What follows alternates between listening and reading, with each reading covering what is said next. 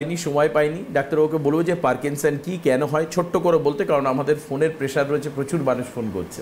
আচ্ছা, পার্কিনসন নিয়ে আমি দু একটা কথা বলিনি, আমরা বারবারই আলোচনা করেছি। পার্কিনসন যে রোগটা আয়ুর্বেদে বলা হচ্ছে কম্পবাত। কম্প কথার অর্থ হচ্ছে ট্রেমার। ট্রেমার মানে কি কাঁপুনি।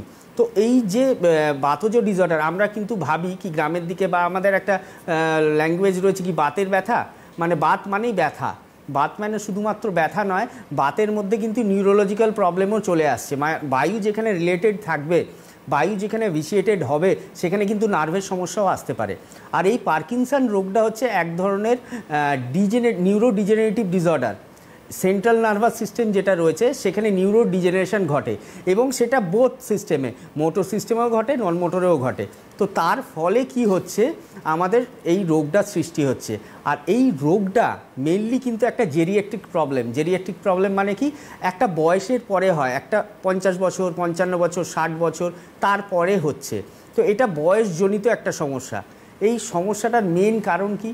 এই সমস্যাটার মেন কারণ যদি আমি দুটো দেখতে চাই, অনেক কারণ রয়েছে, এটা ইডিওপ্যাথিক বলা হয়, কিন্তু এর মেন দুটো সমস্যা যদি আমরা খুঁজতে চাই, তো সেখানে আমরা দেখব ব্রেনের মধ্যে সাবস্টেন্সিয়া নাইগ্রার থেকে যে ডোপামিনটা সিক্রিয়েট হচ্ছে, সেই ডোপামিন সিক্রিয়েটিং সেলগুলো ডিজেনারেশন হয়ে যায় বা নষ্ট হয়ে যায়।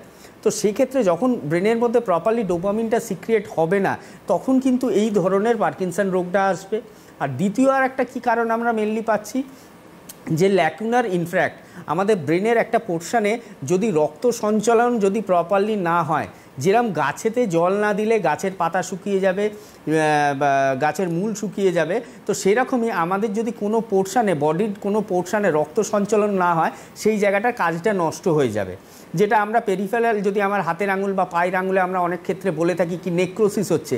নেক্রোসিস মানে কি, সেখানে আমাদের রক্ত সঞ্চালনটা বন্ধ হয়েছে, তার ফলে সেখানে পচন শুরু হয়েছে। ঠিক সেরকমই ব্রেনের একটা জায়গায় যদি রক্ত সঞ্চালন কমে যায়, তো ব্রেনের প্রত্যেকটা পোর্শনের আলাদা আলাদা কাজ থাকে।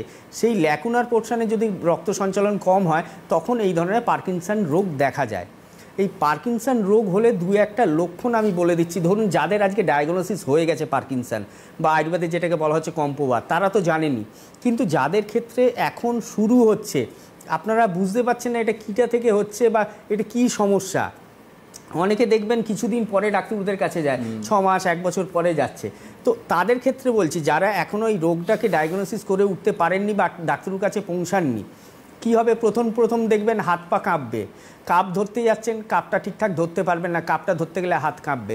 যেটা আপনার নর্মাল সিগনেচার করতে অসুবিধে হবে।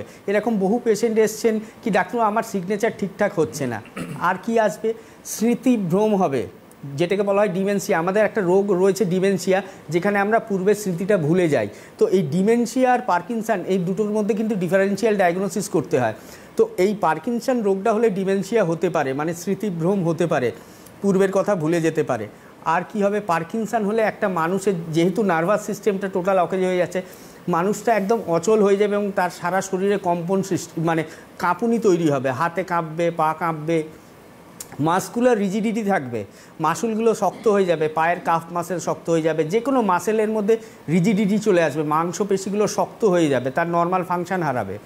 এবং পার্কিনসন হলে আর এক ধরনের সমস্যা দেখা যায় কি, যে আমরা নর্মাল স্টেপ ফেলে এগিয়ে যাই একটা মানুষ, সাধারণ যে আমাদের পা ফেলা স্টাইলটা, সেটা কিন্তু চেঞ্জ হয়ে যাবে, শর্ট স্টেপ হয়ে যাবে, পাটা ঘষে ঘষে ছোট ছোট পায়ে হাঁটতে থাকবে। তো পার্কিনসনের মূল এই লক্ষণগুলো রয়েছে। যারা ডায়াগনোসিস বহুদিন ধরে চিকিৎসা করছেন, তাদের ক্ষেত্রে তো বলবই কি আয়ুর্বেদের বিকল্প চিকিৎসা, আয়ুর্বেদ ছাড়া এর কোনো চিকিৎসা নেই। কিন্তু যারা এখনও ডায়াগনোসিস হননি, যাদের ক্ষেত্রে এই সমস্যাগুলো দেখা যাচ্ছে, তারা ইমিডিয়েট যে কোনো ভালো আয়ুর্বেদিক চিকিৎসক বা এনবিপিতে রয়েছে, আমাদের সাথে যোগাযোগ করুন। অবশ্যই দেখবেন এর ভালো চিকিৎসা পাবেন এবং সুস্থ হয়ে উঠতে পারবেন। মানে সিমটমগুলো যদি দেখতে পান, তাহলে ইমিডিয়েট যোগাযোগ করতে বলছেন ডাক্তারবাবু। কে আছেন ফোনে? হ্যালো।